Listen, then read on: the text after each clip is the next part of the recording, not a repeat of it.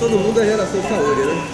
O pequenininho faz natação daqui a pouco, a Yara faz hidro de manhã, como eu trabalho de manhã, ela aí vem pra cá de manhã com o Juninho, e eu faço a hidro de noite.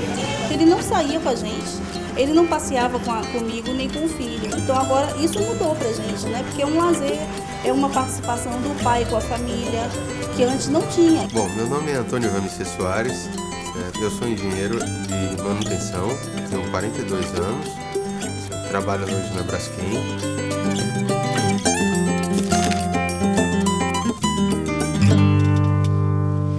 O ônibus da empresa me pega em casa praticamente 5 para as 6 da manhã. Então eu já ia praticamente dormindo dentro do ônibus, né? Quando eu chegava lá na planta, qual era a primeira coisa? Eu dava fome, aí eu ia para a lanchonete, comia um monte de coisas que eu não recomendo para ninguém comer, né? Muito salgadinho, muito doce, né? Então tinha uma alimentação totalmente desregrada, né? E depois eu ia trabalhar. A unidade que eu trabalhava, ela é uma unidade que ela fornece todas as utilidades para o polo petroquímico, ou seja, energia e vapor. E a unidade que ela trabalha 24 horas por dia, 7 dias por semana, 365 dias por ano, ou seja, ela não para. E se ela parar, o polo para junto. Então isso aí te dá um nível de estresse relativamente alto. Por quê? Porque quando você tem algum evento que comprometa algum funcionamento de alguma máquina, você tem que imediatamente achar uma solução para aquilo. O Ivan sempre tinha que ficar até mais tarde, porque sempre tinha algum problema na área, sempre aconteceu alguma emergência, o Ivan tinha que ficar para poder assumir esse papel e contornar o problema. Os problemas não têm hora para acontecer, eles podem acontecer no expediente como podem acontecer fora do expediente. Quando acontece fora do expediente, você chega em casa, às vezes você tem que chegar em casa e sair imediatamente.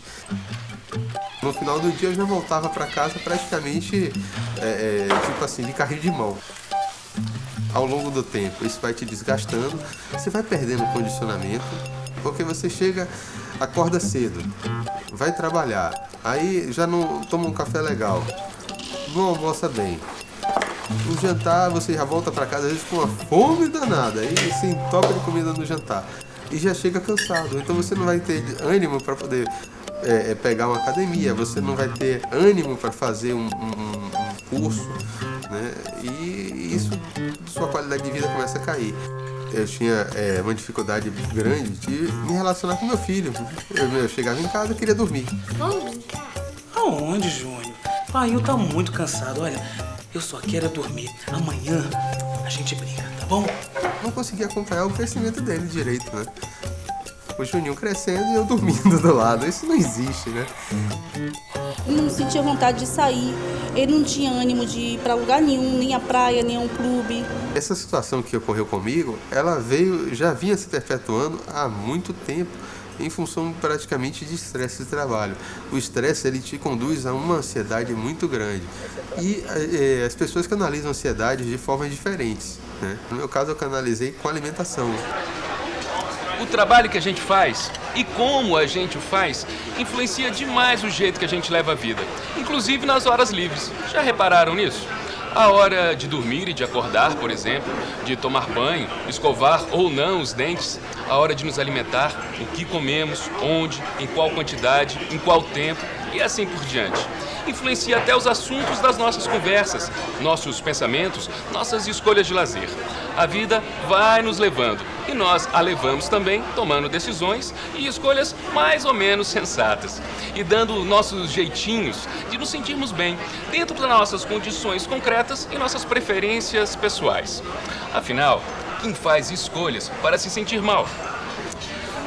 Acontece que o jeito que Antônio Ivan ia levando a vida dele e sendo levado consumiu bastante a sua saúde. Cheguei numa situação tal que eu estava com 127 quilos, ultra gordo, e olhava no espelho e dizia, não, amanhã eu mudo, estou tranquilo, tenho condição de administrar isso, e a gente vai se iludindo ao longo do tempo, né? Na verdade, a gente não consegue enxergar o quão ruim você vai cuidando do seu corpo. Chegou num determinado momento que eu fui levar o Juninho para fazer uma cirurgia de adenoide, levamos ele na médica.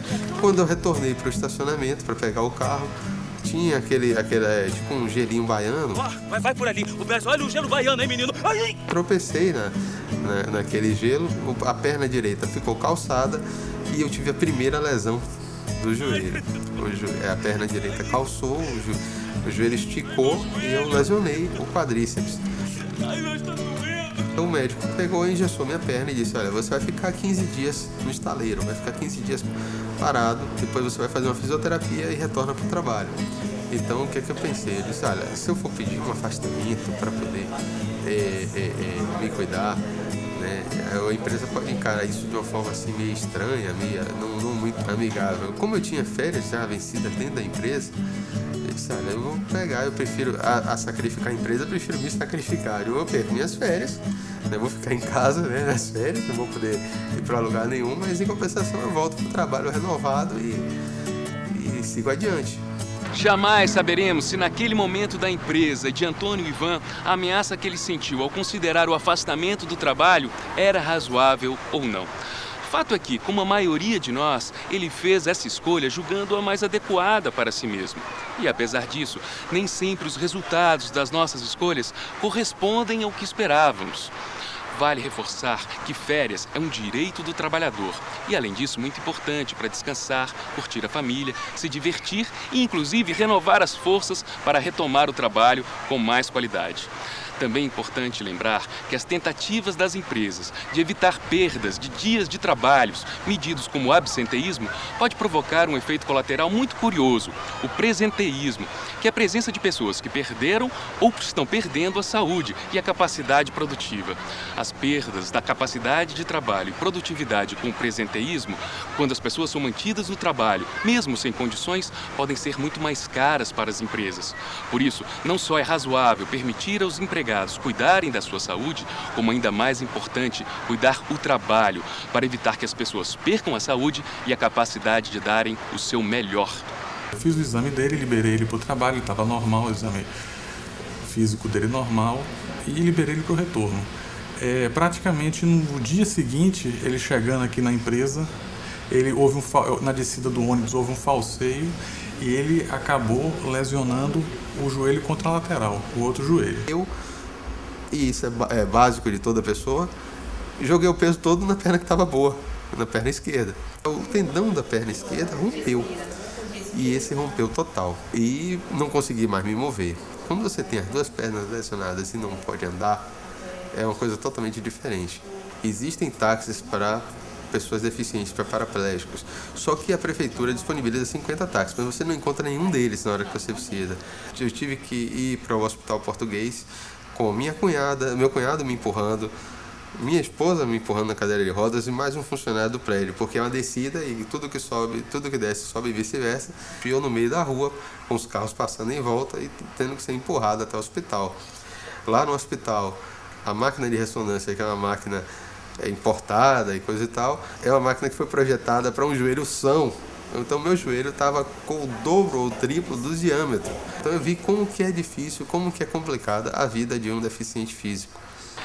Uma sociedade que consegue incluir as pessoas portadoras de deficiências, inclusive as deficiências circunstanciais, como a de Antônio e Ivan, é uma sociedade melhor para todos. Bom, quando ele ficou acamado, que ele fez a cirurgia, a maior preocupação dele era de não andar mais.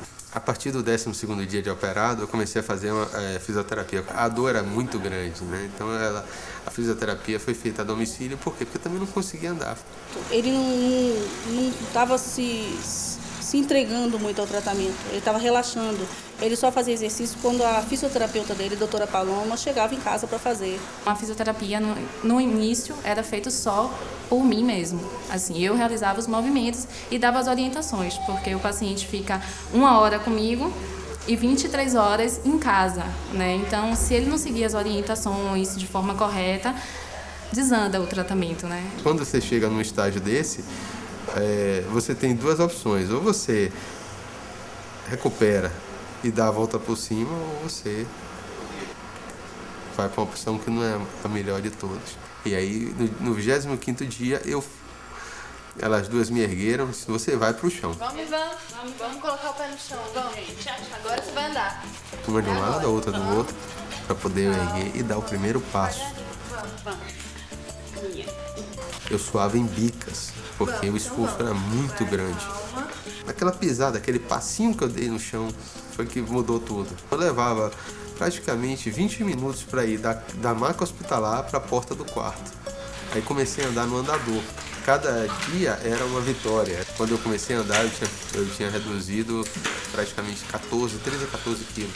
Eu tinha uma rotina de fazer assaltos à geladeira. E como eu estava impossibilitado de chegar na geladeira, eu comecei a ter uma alimentação balanceada, né? Determinação e autocontrole. É certo que Antônio Ivan teve uma ajuda, um empurrãozinho para começar a se cuidar. É certo também que ele precisou tomar uma decisão. Ou ele realmente se tratava ou não conseguiria passar por aquele momento. Dar os primeiros passos dependia muito mais dele do que qualquer outra pessoa. Assim como parar de assaltar a geladeira, melhorar a sua dieta, emagrecer. Passo a passo, Antônio Ivan reaprendeu a andar na vida. Eu nunca tive secretária, então eu tive que chamar minha mãe para me ajudar um pouquinho também nas tarefas de casa. A sabedoria dela de antigamente, né, de preparar alimentos saudáveis, sem gordura nenhuma, refogar na água, tudo grelhado. Então ela que, com a sabedoria dela, ela que organizou todo o cardápio. O que ele fez? Ele incorporou muitas fibras na alimentação, na forma de saladas, de frutas.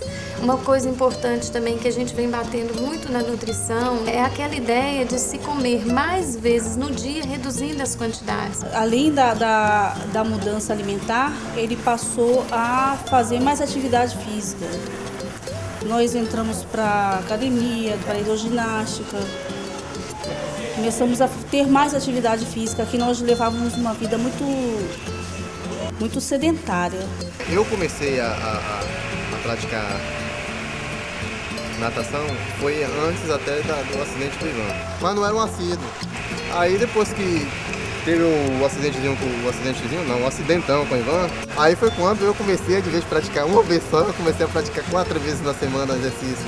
No processo meu de retorno, eu estabeleci algumas diretrizes para poder manter e melhorar essa qualidade de vida. A partir do dia 1º, eu passei a frequentar a academia da empresa. Eu vou fazer sempre 1 hora de atividade física. Clarifiquei todo o meu corpo de pessoas superiores acima de mim para que eles tivessem essa sensibilidade para entender que isso faz parte de uma melhoria e que tem um retorno para a empresa, né? Ou seja, eles vão ter um funcionário que vai ter uma qualidade de vida, uma qualidade de saúde que vai permitir um rendimento melhor para eles.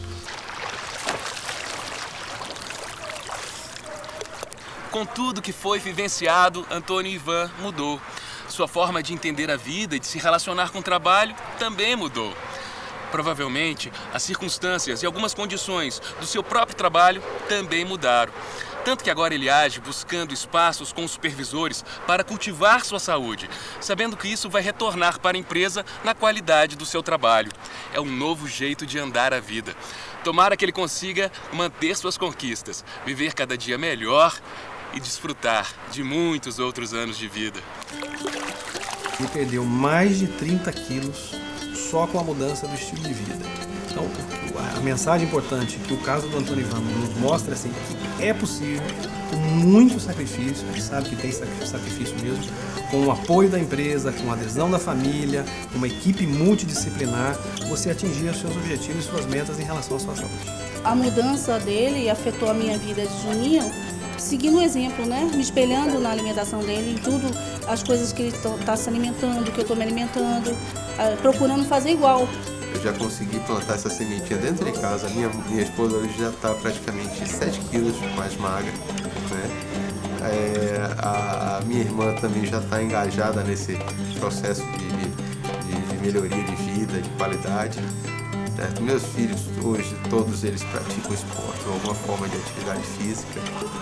Meu pai pratica atividade física, né? E isso para mim é maravilhoso. Eu quero contaminar mais pessoas com essa característica positiva.